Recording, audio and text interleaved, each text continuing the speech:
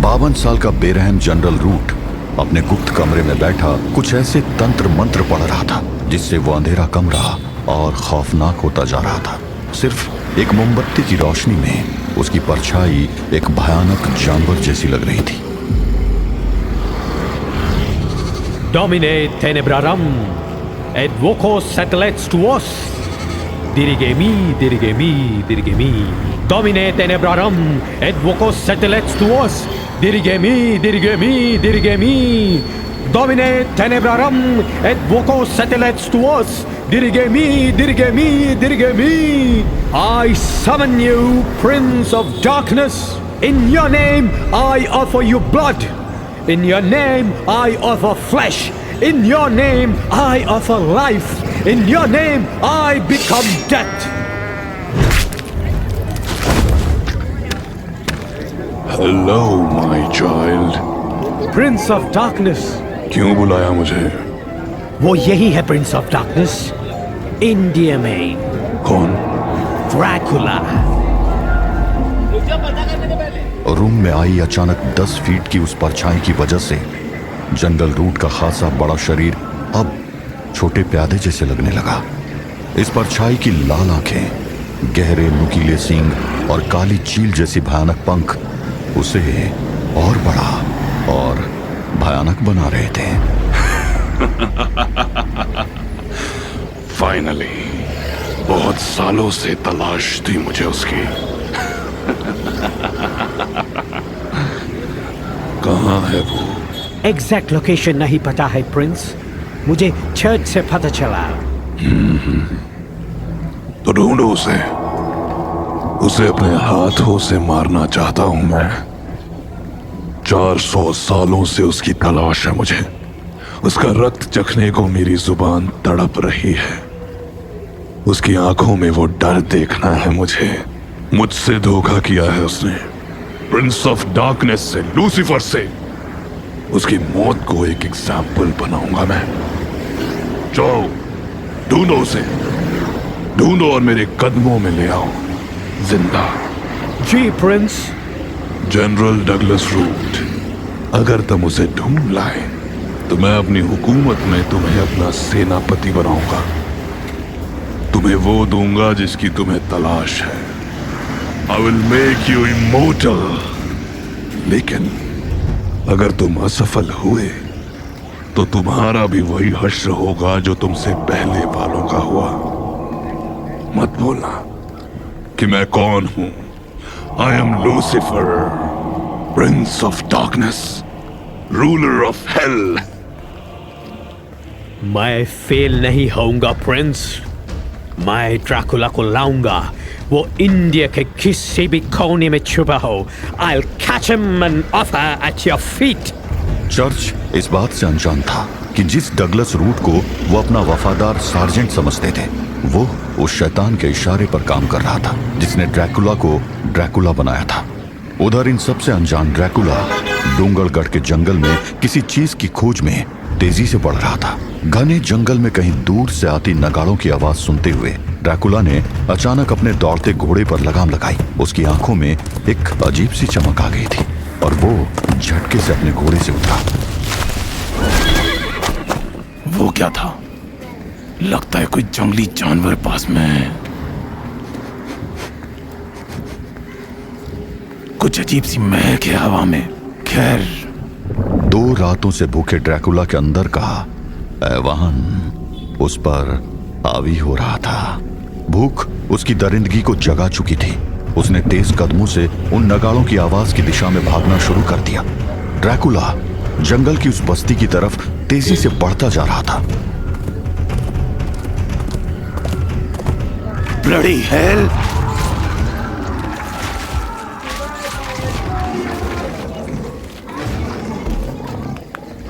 अचानक आई इन चीखों को सुनकर ड्रैकुला के कदम वहीं रुक गए। ड्रैकुला की आंखों के सामने एक भयानक मंजर था। कुछ ही पलों पहले जो बस्ती त्योहार मना रही थी, अब वहां पर मौत का मातम मनाने के लिए भी कोई नहीं बचा था। चारों ओर वहां बेकसूर लाशों के टुकड़े पड़े थे। यह काम किसी दरिंदे का लग रहा था। तभी घास के ढेर से आ रही एक बच्चे की रोने की आवाज की तरफ ड्रैकुला के कदम बढ़े। इतने सारे लाशों के बीच बस एक यही छोटी बच्ची बची हुई थी जो अब ड्रैकुला के हाथों में थी। खून के प्यासे ड्रैकुला को देखकर अचानक वो बच्ची रोते रोते चुप हो गई। ड्रैकुला की काली गहरी आंखें उस बच्ची को देख रही थी कि एक अजीब गंध ने उसका ध्यान अपनी ओर खींचा। वो क्या था? चारों तरफ देखते हुए ड्रैकुला की नजरें अचानक उन चमकती हुई आंखों से टकराई जो जंगल के अंधेरे से उसे देख रही थी। थोड़ी देर तक मानो दोनों एक दूसरे को समझने की कोशिश करते रहे और फिर अचानक वो आंखें ओझल हो गई। वहीं अनीता भी डोंगरगढ़ के जंगलों की ओर बढ़ते हुए चली आ रही थी। क्या मैडम, पता नहीं आपने बैलगाड़ी से आने का क्यों सोचा। इस गति से तो हम अपने मुकाम तक पहुंचते पहुंचते बूढ़े हो जाएंगे मैडम। घोड़ों से आने का कोई फायदा नहीं होता रामदास, क्योंकि जंगल के अंदर घोड़े ज्यादा दूर तक नहीं जा पाते। हमें जंगल के कितने अंदर तक जाना होगा मैडम? पता नहीं। पता नहीं मतलब? अरे रामदास, अब वो मंदिर जंगल के अंदर कहाँ है ये मैं कैसे बताऊं? वो तो ढूंढना पड़ेगा ना। हो सकता है कि तुरंत मिल जाए और ये भी हो सकता है कि पूरा जंगल छानना पड़े। क्या? बाप रे, तो भी मैडम ने इतना सामान बांधा है। चल भाई, एक दिन तो सबको मरना है, कम से कम किसी शेर की भूख मिटा कर मरूंगा। कुछ अंग्रेज ऑफिसर्स जंगल की ओर जाते रास्ते को रोककर खड़े थे। उनमें से एक ऑफिसर अनीता की कोट को देखकर उसकी ओर आया। अरे ये क्या है? Stop the cart! Stop the damn bullock cart! कहाँ होएगा वहाँ साहिब? कौन है इस गाड़ी में? किधर जा रहा है? ऑफिसर, ये बुलक कार्ट मैंने हायर की है। मैं बस थोड़ा आगे तक जा रही हूँ। Your name, ma'am? Anita Patel, daughter of जमींदार सूरज पटेल एंड कैथरीन है। आप एग्जैक्टली जा किधर रहा है? मैं एक हिस्टोरियन हूँ। डोंगरगढ़ फॉरेस्ट में एक हिस्टोरिकल सर्च के लिए जा रही हूँ। मैम, बेहतर होगा कि आप वापस लौट जाए। क्यों? क्या हुआ? वो मैं आपको नहीं बता सकता, पर आपके लिए यही अच्छा होगा कि आप वापस चला जाए। आई एम सॉरी ऑफिसर, पर बिना किसी सॉलिड रीज़न के मैं वापस नहीं जाऊंगी। मेरे पास पूरे इंडिया में हिस्टोरिकल रिसर्च करने का परमिट है। आप मुझे नहीं रोक सकते हैं। यस, हम आपको रोक तो नहीं सकते हैं, बट आपको होस्ट तो कर सकते हैं ना miss Anita. Sir, everyone attention. Colonel sir, आप यहाँ अकेले?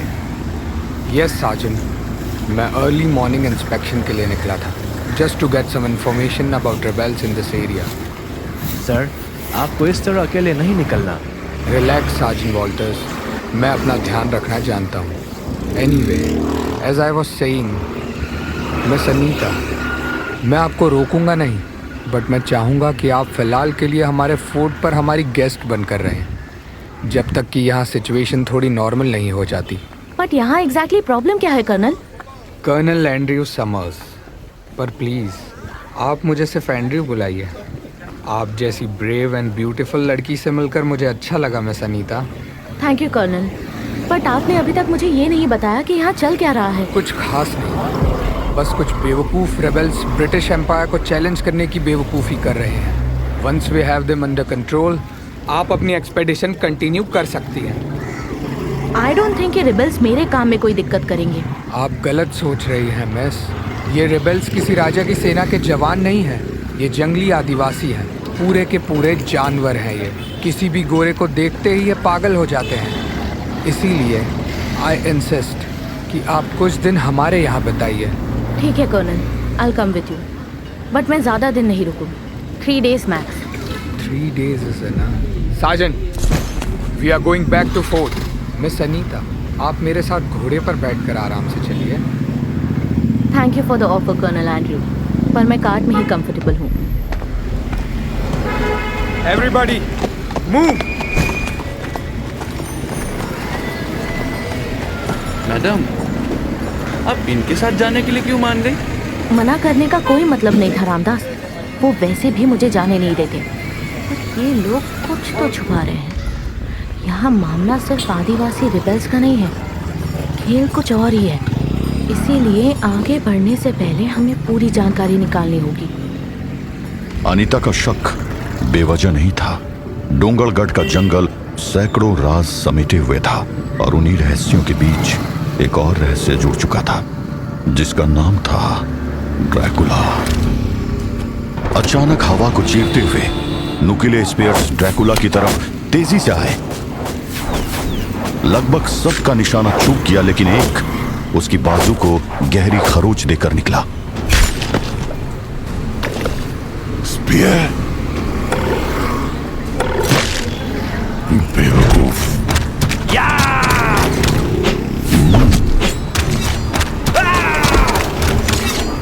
तुम मुझे इन तीर तलवारों से मारने आए हो। छोड़ दो उसको। ये तुम मुझ पर हमला करने से पहले सोचना था।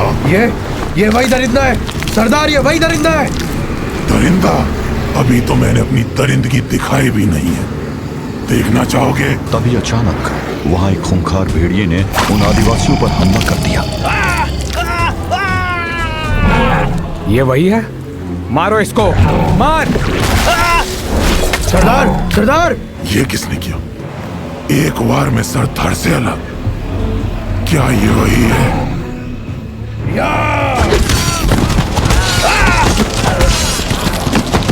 आखिर तुम हो कौन? तुम्हारा ये अंदाज इन लोगों को डरा सकता है, मुझे नहीं। किसने कहा मैं तुम्हें डराना चाहता हूँ? तो तुम चाहते क्या हो? सही वक्त आने पर तुम वो भी जान जाओगे। और वो सही वक्त आएगा कब? जल्द ही मिलेंगे व्लाड।